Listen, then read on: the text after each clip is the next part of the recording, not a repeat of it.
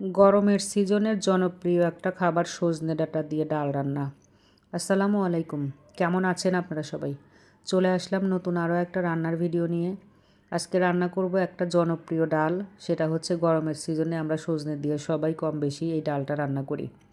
এক একজন মানুষ এক এক রকমের প্রসেসিংয়ে রান্না করে এই সজনে ডালটা। আমি আমার মতো কিংবা অন্য কেউ তার মতো করে, যাই হোক যেভাবেই হোক, তারপরেও সজনে দিয়ে ডালটা খুবই খেতে মজা।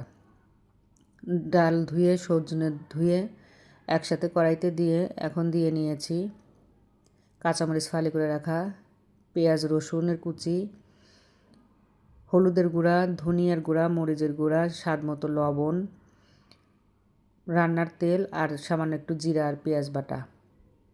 জিরা পেঁয়াজটা প্রথমে দিতে ভুলে গিয়েছিলাম, এখন দিয়ে নিলাম। সব কিছু দেওয়া হয়ে গেলে হাতে মাখিয়ে এই ডালটা আমি বসিয়ে দেব। এই ডালটা আমি সবসময় হাতে মাখিয়েই বসিয়ে দেই। মাখানো ভালোভাবে মাখিয়ে নিয়ে এখন ডালের পানি দিয়ে নিচ্ছি, ঝোলের পানি। একদম কড়াই ভর্তি করে ডাল রান্না করব, অনেকগুলো ডাল দিয়েছি। এই সজনে ডাঁটার ডালটা অনেক মজা, এই কারণে একটু বেশি করে রান্না করছি যাতে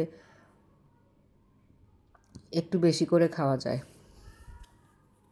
ডালটা যখন এরকম বলক চলে আসবে তখন একটু নেড়ে চেড়ে ভালোভাবে সব ডালগুলো মিশিয়ে দিচ্ছি।